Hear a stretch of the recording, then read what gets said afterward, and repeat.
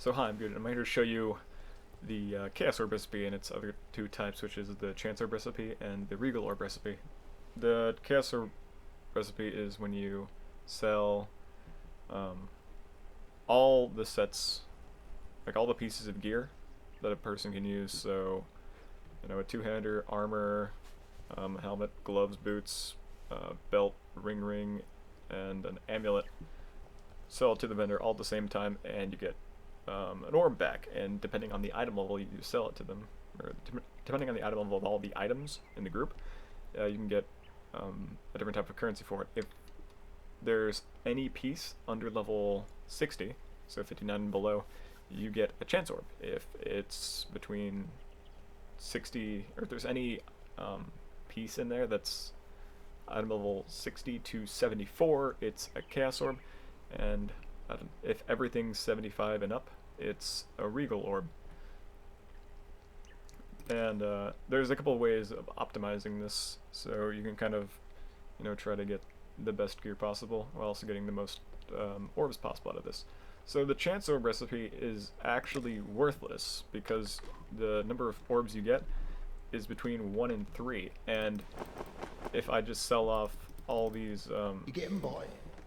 a unique, a rare, a magic, and a white of the same type, I can get 5 chance orbs, so Stay out of the shadow. it's not worth bothering with the chaos orb recipe for chance orbs. It's just not worth the time or effort or the stash space.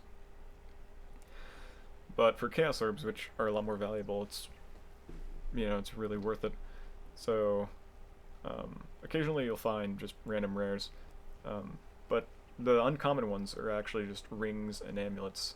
So there's no reason to stockpile rares that are like armors and whatever types you need, because those are incredibly common compared to rings, amulets, and belts. These are the limiting factors in the Chaos Orb and Regal Orb recipe. So the only thing that anyone should be stockpiling for the recipe is just rings and amulets. So you can always have a surplus of these, and these will always just come naturally to you. So personally, I only identify rings and amulets that have good bases on them. So I tend to not identify power rings, core rings if they have like a really high implicit, 29 or 30 life. I'll identify those. Like a ruby ring. This is like perfect implicit. I'll identify that. It turned out pretty bad. Onyx amulets, I'll ID those because onyx amulets are always pretty nice. And it's pretty bad. I never identify coral amulets. I pretty much never identify PoE amulets.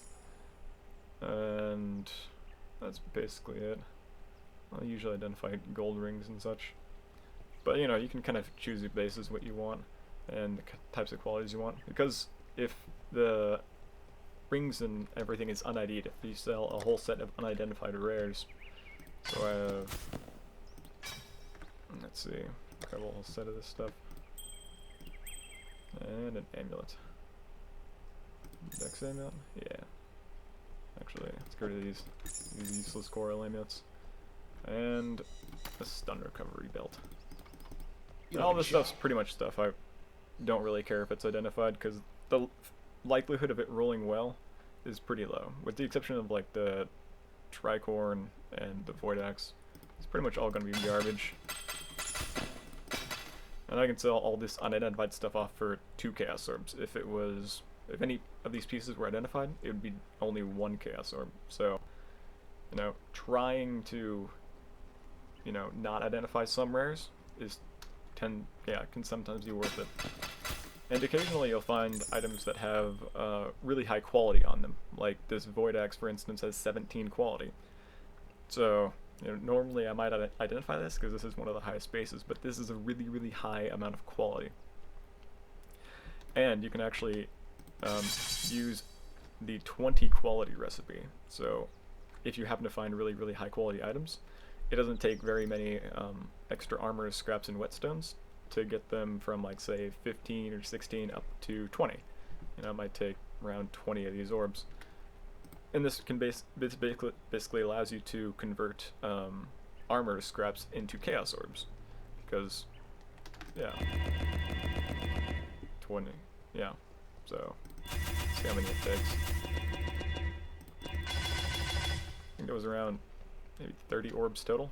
So, you know, 30 orbs for a chaos orb, that's pretty decent. Throttle back and get 3 chaos orbs. If any of these were identified with 20 quality, it would be 2 chaos orbs, and that's an interesting way of getting extra chaos orbs from your rings and amulets, which again are the limiting factors of the chaos orb recipe, because those are the rarest types. Oh yeah, one of the recipes I didn't go over is still breathing, eh? just the most common one. Any 3 linked, or any item that has a linked up red, green, and blue socket gets a chromatic orb. So that's a really common one. I'll be going over. Stay out of the shadows. Yeah, the next video will be the other vendor recipe, which is one that most people don't care about. It's the alteration orb recipe. So look forward to that. Anyways, I'm Guda, and I'll see you next time.